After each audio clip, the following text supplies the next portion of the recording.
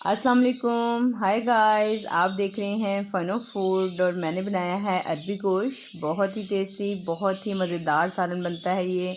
अगर छोटी छोटी टिप्स को फॉलो करेंगे तो आप भी ये ग्रेवी वाला जो अरबी गोश्त का सालन है बहुत टेस्टी घर में तैयार कर सकते हैं। अरबी की चिपक जो है वो कैसे ख़त्म की जाती है, जिसमें लेस होती है वो बिल्कुल भी ग्रेवी में नहीं आनी चाहिए, तभी ये बहुत टेस्टी बन के तैयार होगा। तो बिस्मिल्लाहिर्रहमानिर्रहीम। मैं इसे मिट्टी के बर्तन में बना रही हूँ। आप अपने पसंद से कोई भी बर्तन ले सकते हैं। आपने सबसे पहले ले लेना है ऑयल। तो मैंने 1 कप ऑयल लिया है और ये बीफ का गोश्त है 1 किलो, ये मैंने इसमें डाल दिया है। आप बीफ की जगह मटन या चिकन भी ले सकते हैं। सिंपल सबसे पहले हमने गोश्त को फ्राई करना है अदरक लहसुन के साथ। गोश्त को इतनी देर फ्राई कर लें कि जो गोश्त का अपना पानी है और अदरक लहसुन का पानी है वो ड्राई हो जाए। तो 2 टेबलस्पून मैंने इसमें डाल दिया है अदरक लहसुन का पेस्ट। और बस इतनी देर इसको फ्राई कर लेंगे कि जो गोश्त का कलर है वो चेंज हो जाए। और जो गोश्त में कच्चापन होता है ना, पानी की जो स्मेल होती है, गोश्त की अपनी स्मेल होती है, कोई इसमें कोई ब्लड वगैरह होता है, वो आपने पहले ही भून लेना है। इसको एंड तक नहीं लेके जाना। हम क्या करते हैं, सारे मसाले इकट्ठे ही डाल देते हैं गोश्त के अंदर और उसे पकने के लिए रख देते हैं। तो ऐसा नहीं करना, पहले आपने अदरक लहसुन के साथ गोश्त को लाजमी फ्राई कर लेना है। इसके बाद मैंने इसमें 2 मीडियम साइज़ के प्याज डाल दिए हैं और प्याज डालने के बाद भी मैंने 5 मिनट से कुक किया है। अब हम इसमें मसाले डालेंगे। तो पिसी हुई लाल मिर्च डाली है मैंने 1 टेबलस्पून और 2 टीस्पून मैंने डाला है धनिया पाउडर, 1 टीस्पून मैंने इसमें डाली है हल्दी। और पानी डाल के इतना पानी डाल दें कि इसमें गोश्त आराम से गल जाए। तो 1 से 1.5 गिलास पानी मैंने डाल दिया है। इसमें नमक पहले नहीं डालना, इस चीज़ का भी ख्याल रखना है कि जब आप अरबियां बना रहे हो तो जो उसमें नमक होता है वो अरबियों को भूनने के बाद डलता है। ठीक है।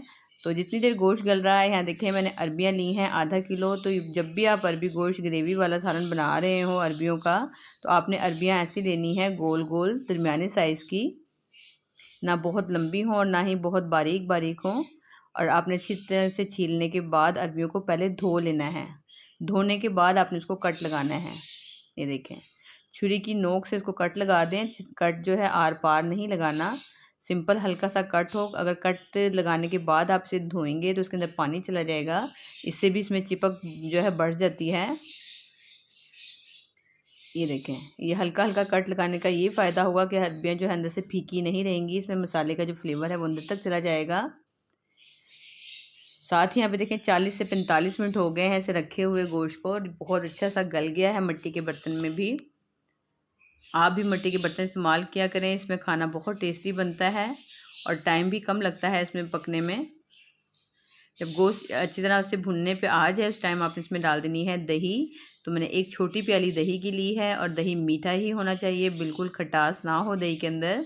और इसमें हम डाल देंगे ज़ीरा, 1 टीस्पून में इसमें ज़ीरा डाला है।